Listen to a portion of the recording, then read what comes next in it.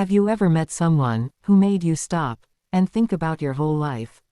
Not because of what they owned, not because of what they achieved, but because of what they lost and what they now understand too late. Today, I want to tell you a story of an old man sitting on a park bench, wrinkled hands, a distant gaze, and a lifetime of regrets tucked inside a tired heart. You'll want to hear this, because what he shared with me in those few minutes may just change how you live the rest of your life.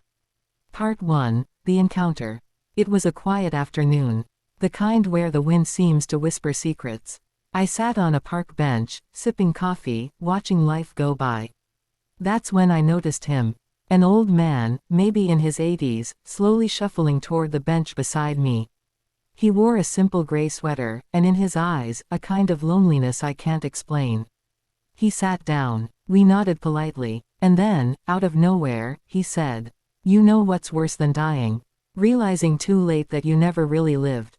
I didn't know what to say, so I just listened. Part 2, The Confession. He chuckled softly, bitterly. People think we get wiser with age.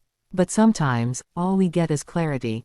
And that clarity, it stings. He told me about his youth. How he chased security, more than passion.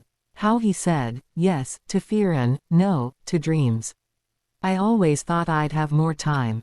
I thought I'd take that trip later, write that book someday, say, "I love you," tomorrow. But, later, never came. Someday, slipped into, never. And the words, they stayed trapped behind pride and silence. He talked about working 40 years in a job he hated, raising kids he barely saw, living with a woman he stopped trying to understand. And now I sit here, and wonder where the hell all the real moments went. Part 3, The Lessons. I asked him if he'd do it all differently. He nodded, but slowly. I wouldn't chase money. I'd chase memories. I wouldn't try to impress everyone.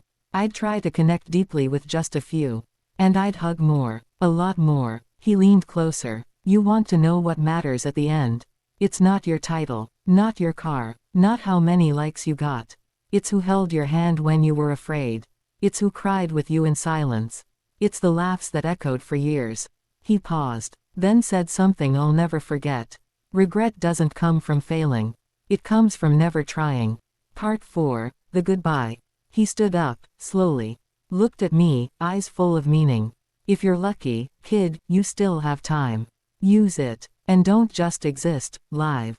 Then he walked away. No dramatic music. No movie ending. Just an old man, disappearing down a path lined with fallen leaves and forgotten dreams. That conversation haunted me for days. And maybe it's meant to haunt you too, not to scare you, but to wake you up. Because we all have an old version of ourselves watching from the future. And the real question is, what would they say about the life you're living right now? Would they whisper, "Thank you"? Or would they cry, "Why didn't you"? You don't have to wait for gray hair to gain wisdom. You can borrow it from those who've already lived, and lost, and learned. So today, call someone, start that thing, say what's in your heart. Risk a little, laugh loud, and most importantly, live in a way that your future self will thank you for. This is Inspire Beyond Age, where we believe that wisdom isn't old, it's timeless. Share your thoughts in the comments. If this touched your heart, consider sharing it with someone who needs to hear it. Because it's never too late to start living.